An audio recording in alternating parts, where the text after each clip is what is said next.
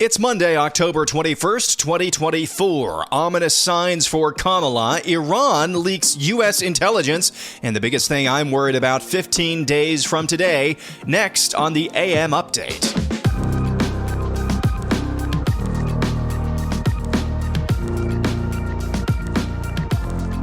It is 15 days to the 2024 general election.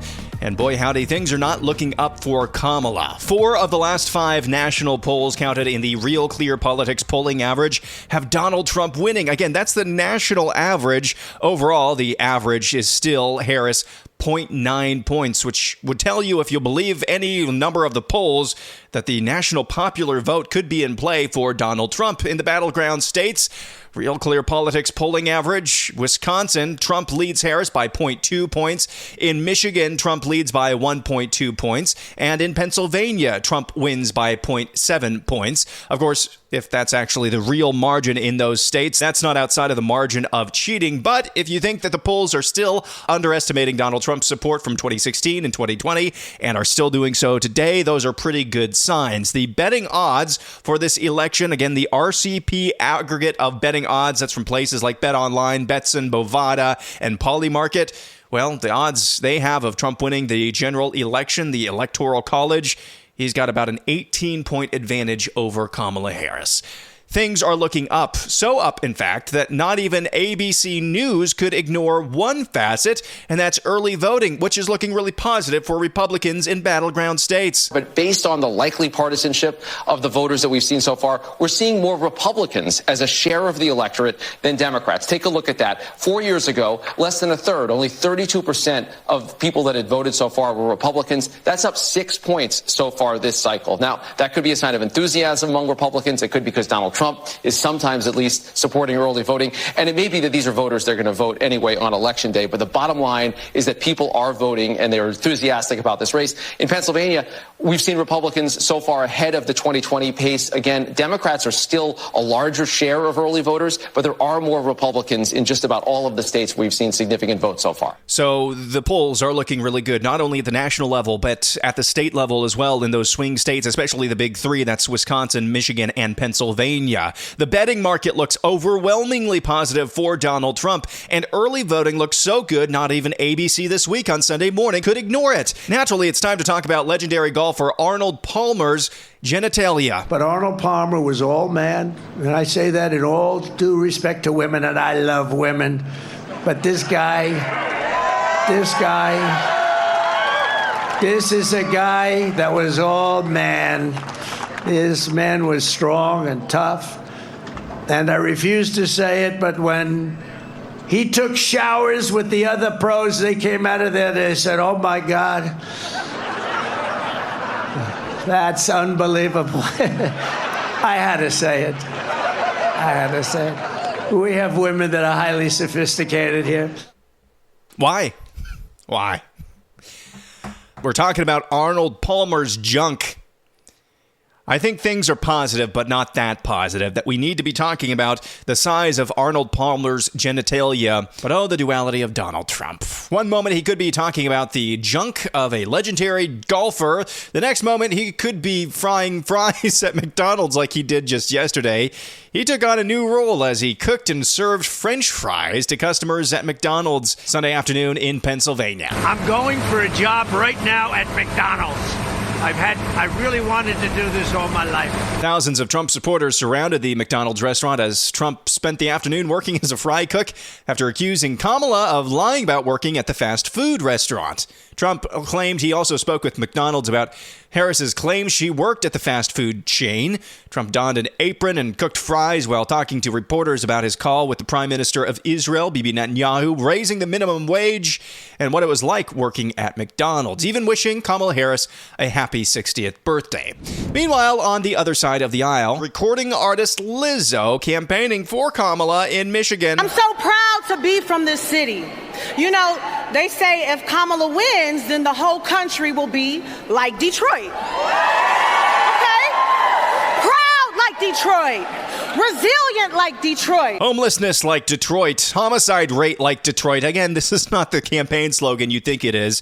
At a campaign event also in Michigan, Kamala Harris had these hecklers chanting, "Jesus is Lord." Listen to this. Oh, you guys are at the wrong rally.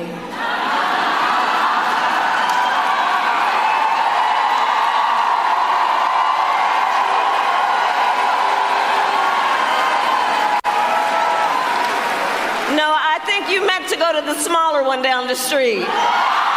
So that is Kamala Harris at one of her campaign events, reacting to a group of teenagers. I think they were college students, saying Jesus is Lord, chanting Jesus is Lord, interrupting that campaign event, to which she responds by saying, "You're at the wrong rally," derisively. And the same weekend that Kamala Harris chided hecklers at her own event for saying Jesus is Lord, here she is being interrupted by a group of pro-Hamas orcs. Right now, I know what you're speaking of. I want the ceasefire. But what about the genocide? I want the war to end. What about the genocide? And I respect your right to speak, but I am speaking right now. Yeah. What about genocide? Billions of dollars. So 2,000 people dead. 19,000 children are dead. 19,000 children are dead. You won't call it genocide. So, listen, what he's talking about, it's real. Kamala Harris on the same weekend, she chides individuals for saying Jesus is Lord and tells them that they're at the wrong rally. In Milwaukee, Wisconsin, she's interrupted by a pro-Hamas orc and says that his claims about genocide at the hands of Israel are, quote, real. Interesting campaign strategies from both Trump and Harris entering the final stretch. By the way, that Fox News interview between Bret Baier and Kamala Harris last week, that brought in 7.8 million viewers. That more than quintupled that time slot's usual fare on Fox News. Of course, if you're the Harris campaign, you're looking at that and saying, hey, my girl brought in a huge audience to Fox News. Of course, if you're not Kamala Harris's campaign, you're probably saying more than quintuple the regular audience watched that meltdown in real time. Is the steal officially on? Are shenanigans already in the works? This is from KSTP TV in Minneapolis. Hennepin County officials have fired a courier who left several boxes of ballots unsecured outside of Edina City Hall last Friday. The discovery led to an immediate response from the county and city officials who say it's been confirmed no ballots were tampered with. Hennepin County is describing those boxes as sealed transfer cases that were inside a courier vehicle parked at Edina City Hall. Surveillance video released by the city shows the rear door of the van open for about 8 minutes. A photograph taken by a man walking by shows those cases unsecured in plain sight. The photo was later posted on X. KSTP TV spoke on the phone with the man who snapped the photo of the open courier vehicle. He didn't want his name released, but he said, quote, "This is exactly what can't happen," and added that he has concerns about a fair and impartial election. So, at least that courier was fired. Somebody was held accountable for that. But this is just an example of the eroding trust in American elections, especially during presidential elections. 8 minutes, just ballots just left out in open air in the middle of one of the biggest cities in America. Where else does this go on? How can we be sure that this doesn't happen in other places? Again, at least that courier was held accountable. U.S. officials are extremely concerned about a potentially major security breach after 2 alleged U.S. intelligence documents about Israel's preparations for an attack on Iran were published by a Telegram account affiliated with Iran. The alleged leak comes as Israel completes weeks of preparations for retaliation against Iran, which attacked Israel with a barrage of ballistic missiles on October 1st. The leak could be an attempt to disrupt the Israeli operation. The Pentagon and Office of the Director of National Intelligence declined to comment on the leaked documents, but did not dispute their authenticity. A Telegram channel by the name of Middle East Spectator claimed on Friday it had received documents from a source in the U.S. intelligence community about Israel's preparations for an attack on Iran. The Telegram channel routinely publishes pro-Iranian content, and the profile of the X account affiliated with the channel says it is located in Iran. The documents include an alleged visual intelligence report by the Department of Defense National Geospatial Intelligence Agency distributed inside the U.S. intelligence community earlier last week. The alleged report details measures that have been carried out in recent days at several Israeli Air Force bases, including the transfer of advanced munitions, which, according to the report, were intended for an attack on Iran. How in the world does U.S. intelligence get leaked about Israel's plan to attack Iran? The only explanation I can have is that the United States is actively trying to scuttle any retaliation from Israel to the October 1st ballistic missile attacks. Either that, or there's a very, very high-ranking Iranian spy within the U.S. intelligence community. And finally, my biggest concern for the 2024 elections in 15 days. This is a report from the UK Guardian, headlined, "Revealed Trump ground game in key states flagged as potentially fake." Here's the story from The Guardian. Donald Trump's campaign may be failing to reach thousands of voters they hope to turn out in Arizona and Nevada, with roughly a quarter of door knocks done by America PAC flagged by its canvassing app as potentially fraudulent. That's according to leaked data and people familiar with the matter. The potentially fake door knocks, when canvassers falsely claim to have visited a home, could present a serious setback for Trump as he and Kamala remain even in the polls with fewer than 20 days till the election. The Trump campaign earlier this year outsourced the bulk of its ground game to America PAC, the political action committee founded by Elon Musk, betting that spending millions to turn out Trump supporters, especially those who don't typically vote, would boost returns.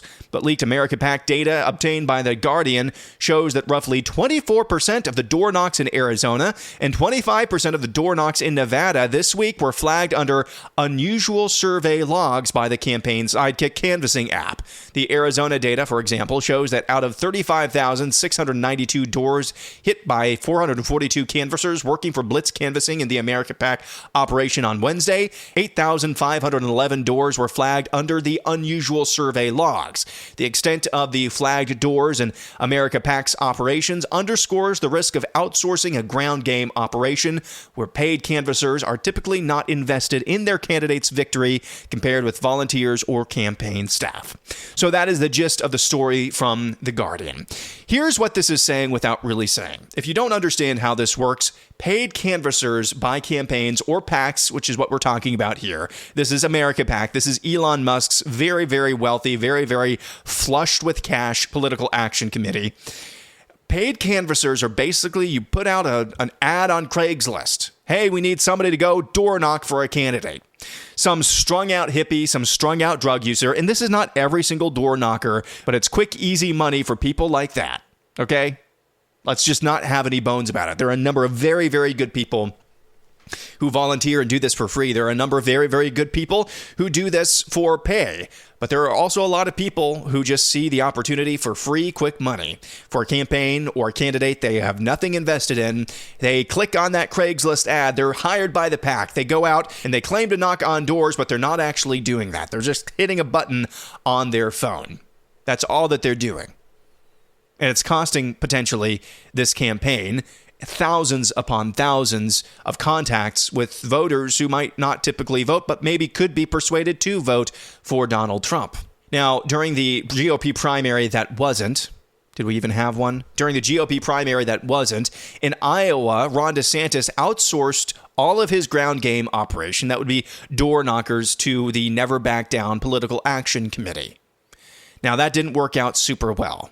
But I think that's a different situation than what we're talking about here, because in that particular primary, the only thing that mattered was the air game, which Donald Trump had won before the primary campaign even began. He won the air war. He was already branded as the martyr for the American people, as the martyr for the conservative, whatever is left of conservatism, populism in America. He already won that primary before it began. So I don't really think that that's a one-to-one comparison.